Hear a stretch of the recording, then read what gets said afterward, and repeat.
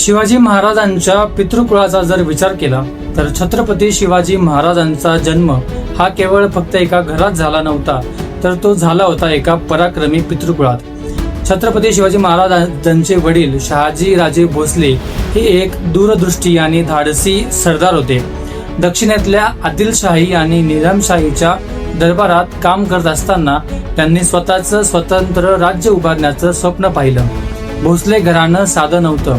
शहाजी राजांचे वडील म्हणजेच शिवाजी महाराजांचे आजोबा मालोजी राजे भोसले यांनी आपल्या शौर्यानं नाव कमावलं आणि भोसले घराण्याला उंचीवर नेलं. शिवाजी महाराजांचा जन्म हा केवळ एक घटना नव्हती, तर अनेक पिढ्यांच्या शौर्याचा, स्वाभिमानाचा आणि स्वप्नांचा परिपाक होता. आणि कदाचित म्हणूनच लहान वयातच त्या मुलाने स्वराज्याचा विचार केला, कारण की त्याच्या रक्तातच राजा होता.